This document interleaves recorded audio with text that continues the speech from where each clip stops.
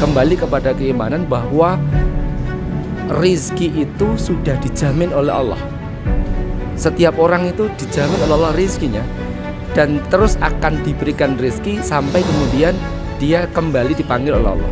Atau kalau dalam meninggal. Atau kalau dalam hadis disampaikan bahwa malaikat Jibril itu berbisik di hatinya Rasul, suatu jiwa itu tidak akan mati sampai disempurnakan rizkinya. Berarti selama kita masih hidup, rizkinya akan terus mengalir. Tandanya rizki itu habis adalah ketika kita mati. Maka tidak layak buat seorang muslim dari sisi keimanan dia merasa khawatir, merasa was-was ini bisa makan atau enggak ya, bisa survive atau enggak ya. Kalau ada kekhawatiran berarti ada yang cacat dalam keimanan dia. Sama sekali nggak boleh khawatir kalau urusan kehidupan kaitannya dengan rezeki.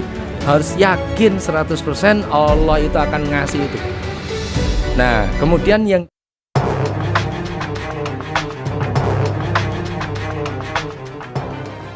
Bismillah, assalamualaikum warahmatullahi wabarakatuh. Waalaikumsalam warahmatullahi. Allahumma sholli ala sayyidina Muhammad wa ala ali sayyidina Muhammad. Bahagia kali ini kita bisa berkumpul di majelis perkantoran Syariah Bukopin dan bersama Ustadz Hidayat Arifianto. Ustadz, saya ingin bertanya satu atau dua pertanyaan. Ustadz, bagaimana kiat-kiat kita menjaga keimanan dalam masa seperti ini? Pertama, agar kebutuhan pokok meningkat. Terus kedua juga kita sekarang khawatir akan nggak dapat rezeki. Gimana Ustadz menyikapinya kita, terutama untuk kaum milenial? Iya, kalau menghadapi kondisi sekarang, misalnya kondisi susah ya. Atau isu BBM naik kemarin, kemudian nanti akan ada inflasi, kemudian akan harga-harga bahan pokok akan naik. Ada dua hal yang perlu kita perhatikan. Yang pertama adalah di wilayah yang manusia itu punya pilihan. Yang kedua adalah di wilayah yang manusia itu nggak punya pilihan. Contoh misalnya begini, di wilayah yang manusia tidak punya pilihan. Misalnya kondisi ekonomi sekarang sedang begini, tiba-tiba mereka mengalami itu. Atau mereka mengalami di mana mungkin pemerintah menaikkan harga BBM, itu kan di luar pilihan mereka. Ya, betul. Terjadi begitu saja. Maka ini adalah qadha-nya Allah yang mereka terima. Nah, ketika mendapat qadha Allah yang semacam ini, sikapnya bagaimana? Pertama adalah ridho dengan qadha itu, ridho dengan keadaan itu, kemudian diikuti dengan kembali kepada keimanan bahwa rizki itu sudah dijamin oleh Allah. Setiap orang itu dijamin oleh Allah rizkinya, dan terus akan diberikan rizki sampai kemudian dia kembali dipanggil oleh Allah. Atau kalau dalam meninggal. Atau kalau dalam hadis disampaikan bahwa malaikat Jibril itu berbisik di hatinya Rasul, suatu jiwa itu tidak akan mati sampai disempurnakan rizkinya. Berarti selama kita masih hidup, rizkinya akan terus mengalir. Tandanya rizki itu habis adalah ketika kita mati. Maka tidak layak buat seorang muslim dari sisi keimanan dia merasa khawatir, merasa was-was ini bisa makan atau enggak ya, bisa survive atau enggak ya. Kalau ada kekhawatiran berarti ada yang cacat dalam keimanan dia. Sama sekali nggak boleh khawatir kalau urusan kehidupan kaitannya dengan rezeki. Harus yakin 100% Allah itu akan ngasih itu. Nah, kemudian yang kedua, di wilayah yang kita itu punya pilihan, bisa memilih untuk ikhtiar, bisa memilih untuk berusaha. Nah, ini sesuatu yang berbeda lagi. Nah, wilayah ikhtiar kita ini adalah kita memilih pilihan-pilihan yang paling baik di hadapan Allah. Pilihan paling baik itu apa? Ya kerja keras. Contoh misalnya ya pekerja gitu. Nah, misalnya kalau pekerja ya dia kerjanya giat, lebih giat lagi. Karirnya dikejar setinggi-tingginya itu kalau pekerja. Kalau pebisnis ya berarti dia harus kreatif untuk inovasi bisnisnya, strategi bisnisnya semaksimal mungkin. Memang sih kerja dan bagus tidaknya bisnis itu sama sekali nggak ngaruh jadi sebab rezekinya bertambah atau tidak. Sama sekali nggak mengaruh. Nggak ngaruh sama sekali. Tapi efeknya ngaruhnya kemana? Ngaruhnya adalah ke pahala yang Allah akan kasihkan. Makin keren dia berusaha di hadapan Allah, maka pahalanya makin banyak. Kalau urusan rizki itu sudah dijamin oleh Allah ini.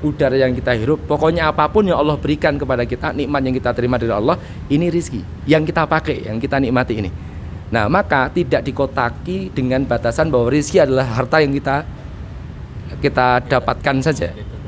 Maka tadi kalau ada orang mengatakan kalau nggak bekerja gimana dapat uang, kata-kata itu benar, tapi bukan pada konsep rizki, tapi pada konsep kaidah kausalitas.